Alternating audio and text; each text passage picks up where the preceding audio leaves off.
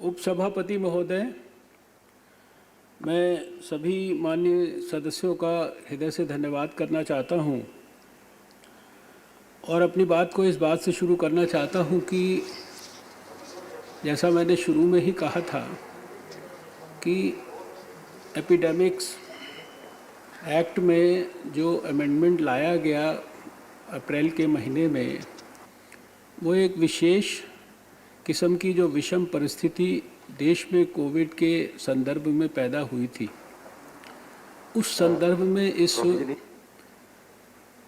Act के amendment को ordinance के रूप में लाया गया था और उसको अब संसद की जानकारी में लाया जा रहा है। बहुत सारे जो सुझाव यहाँ पर दिए गए हैं, बहुत सारी और जो चीज़ें होनी चाहिए, सिर्फ जानकारी के लिए दो बातें मैं कहना चाहता हूँ कि बहुत सारे विषय तो नेशनल जो बायोलॉजिकल इमरजेंसी से जुड़े हुए संदर्भ हैं, वो नेशनल डिज़ास्टर मैनेजमेंट एक्ट के तहत IPC 269, 270, 271 के तहत और CRPC 144 के तहत भी कवर होते हैं। इसके साथ साथ इस सदन को अभी जैसा आनंद शर्मा जी जो अंतिम वक्ता थे उन्होंने कहा, ये सूचित करना चाहता हूँ कि पिछले लगभग 3-4 वर्षों से लगातार हमारी सरकार इन सारे जो बायोलॉजिकल इमरजेंसी से जुड़े हुए एपिडेमिक हो, पेंडेमिक हो, इस संदर्भ में जितने भी विषय उठ सकते हैं और जिनके बारे में एक संपूर्ण कॉम्प्रिहेंसिव ऑल इंक्लूसिव अप्रोच होनी चाहिए, इसके संदर्भ में सरकार एक नेशनल पब्लिक हेल्थ एक्ट पर ऑलरेडी काम कर रही है। और पिछले जो 3-4 साल का जो हम लोगों का अभी तक का अनुभव है वो भी थोड़ा सा शेयर करना चाहता हूँ, क्योंकि उसके संदर्भ में उसके बहुत सारे प्रोविजंस के बारे में अभी यहाँ शायद उसमें जो अभी आनंद शर्मा जी ने कहा, नेशनल टास्क फोर्स और बहुत सारे स्टेक होल्डर्स, एक्सपर्ट्स के साथ कंसल्टेटिव प्रोसेस, वो सारा कुछ उसमें हुआ है, हो रहा है। लेकिन जो लॉ डिपार्टमेंट है उसने हमें बड़े स्पेसिफिक ओपिनियंस दिए कि इसमें सभी स्टेट्स के पूरी तरीके से हर प्रकार के सुझाव जो है इसमें इनकॉर्पोरेटेड होने चाहिए। शुरुआती 1-2 वर्षों में हमारे बहुत प्रयास के बावजूद भी हमें केवल 4 स्टेट्स से, मध्य प्रदेश, त्रिपुरा, गोवा और हिमाचल प्रदेश, 4 स्टेट से हम लोगों को केवल सुझाव प्राप्त हो पाए। अभी कोविड के समय में इस एक्ट को जो अमेंडमेंट को लाने के साथ साथ हमने उस विषय को भी साइमल्टेनियसली जब एग्रेसिवली और परस्यू किया तो हमें 10 स्टेट्स के लगभग और सुझाव उसके अंदर प्राप्त हुए और अभी हमारे पास 14 स्टेट्स का जो नेशनल पब्लिक हेल्थ एक्ट है उसको देश के सामने प्रस्तुत करने के संदर्भ में हमारे पास उनका इन्वॉल्वमेंट ऑलरेडी है। तो एक तो मैं सभी माननीय सदस्यों को बताना चाहता हूं कि सभी संबंधित जो विषय हैं जो कि शायद एपिडेमिक्स एक्ट में ना कवर होते हों या नेशनल डिज़ास्टर मैनेजमेंट एक्ट में ना कवर होते हो, उन सब के बारे में एक कॉम्प्रिहेंसिव तरीके से हम नेशनल पब्लिक हेल्थ पर बहुत प्रोएक्टिवली, एग्रेसिवली काम कर रहे हैं और जैसे ही वो तैयार हो जाएगा वो निश्चित रूप से सदन के सम्मुख प्रस्तुत किया जाएगा। जहाँ तक जो आनंद शर्मा जी ने अंत में सुझाव दिया, मैंने उस दिन जब जवाब दिया था कोविड की डिबेट पर तब भी बताया था कि जो हमारा अभी आने वाले समय के अंदर जो आत्मनिर्भर प्रधानमंत्री आत्मनिर्भर स्वस्थ भारत योजना है, जिसके लिए मैंने अपने जो स्टेटमेंट में भी जिक्र किया था और उसके लिए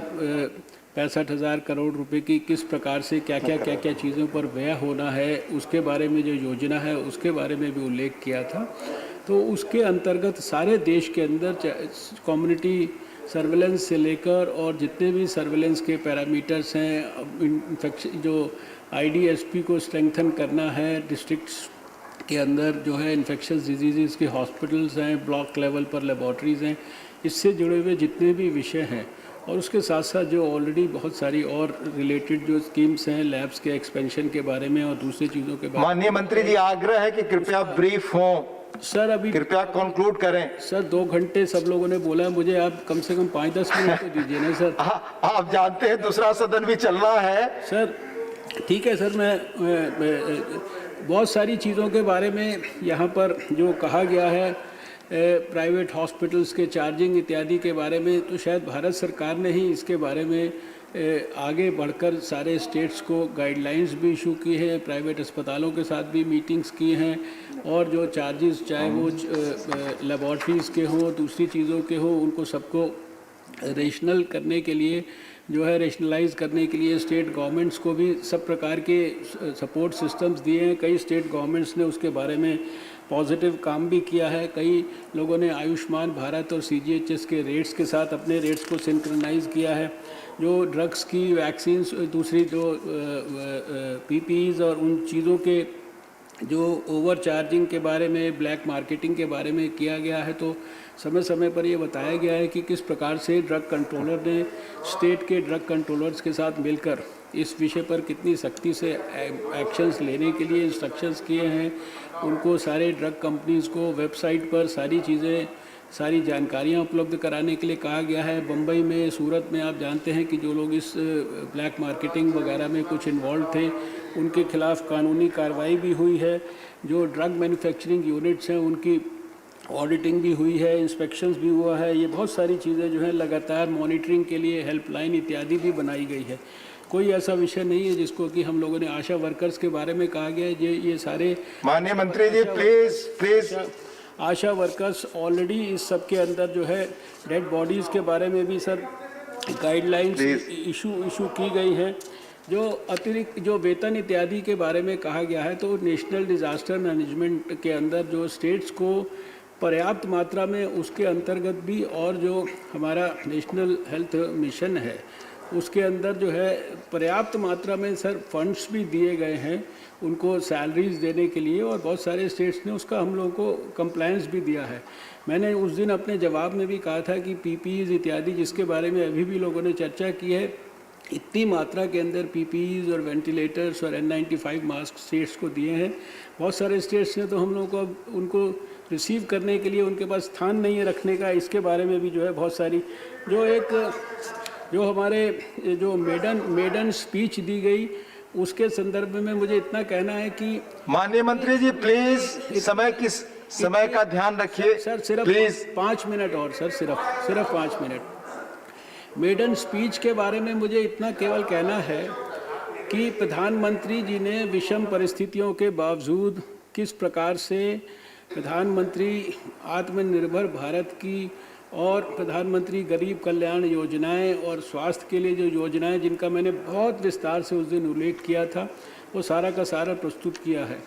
एक राष्ट्रीय नेता के एक ट्वीट के साथ साथ अगर इस देश को ये भी बताया जाता उस स्पीच में कि पिछले 9 महीने में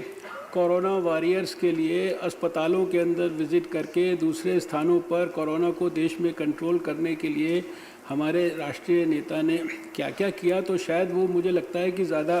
प्रासंगिक। माननीय मंत्री जी प्लीज खत्म करें आप सर प्लीज। जो अभी सर अब ये बहुत सारी बातें हैं जो यहाँ पर कही गई हैं जिनका मैं समझता हूँ कि सर उल्लेख जवाब मैंने। माननीय मंत्री जी प्लीज खत्म करें। ठीक है सर, आप चाहते हैं कि मैं नहीं सर, आप भी जानते हैं। मैं ठीक है सर, मैं अपनी बात को ये एक अंतिम बात कहकर मैं समाप्त करता हूँ। 14 अगस्त को मैं ऑल इंडिया इंस्टीट्यूट में एक कार्यक्रम में गया था। रेजिडेंट डॉक्टर्स ने वहाँ पर ब्लड डोनेशन कैंप ऑर्गेनाइज़ किया था,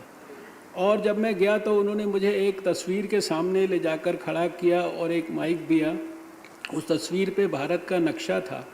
और हर स्टेट के अंदर जो कोरोना वॉरियर्स, चाहे वो डॉक्टर्स थे, चाहे वो नर्सिस थे, चाहे वो दूसरे स्वास्थ्य से जुड़े हुए कर्मचारी थे, उनकी तस्वीर के साथ उसको पूरे देश के नक्शे के ऊपर लगाया था। मेरी आंखों से जो आंसू हैं वो डबडबाने लगे, वातावरण बहुत इमोशनल हो गया। और 245 ऐसे लोगों की तस्वीर उन्होंने हमें दिखाई। अभी यहाँ पर ये सवाल रखा गया है कि इनकी संख्या के बारे में सरकार के माननीय मंत्री जी प्लीज प्लीज। ये हम जानते हैं कि सारे देश में इस प्रकार की जो दुर्भाग्यपूर्ण स्थिति जो है हर रोज़ पैदा हो रही है, इसके आंकड़े स्टेट्स के पास होते हैं और स्टेट से जो कुछ हमें जानकारी देता है, किसी भी समय पर इसकी कोई एग्जैक्ट जानकारी जो है, अगर हमने मान लीजिए कोई एग्जैक्ट नंबर हम नहीं मुंह से बोल रहे हैं, इसका मतलब ये नहीं कि सरकार इस विषय के लिए संवेदनशील नहीं है। शायद मैं समझता हूं कि मंत्री जी पूरा सदन फिर सैनिटाइज होना है लोकसभा बैठने के लिए, कृपया कंक्लूड करें। प्रधानमंत्री मोदी जी की सरकार से ज़्यादा सर इस विषय पे कोई, मैं समझता नहीं कि कोई संवेदनशील हो सकता है। इसलिए इस संवेदनशील एक्ट के अमेंडमेंट के बारे में मैं चाहता हूं कि सब लोग इसको। धन्यवाद, धन्यवाद माननीय मंत्री जी।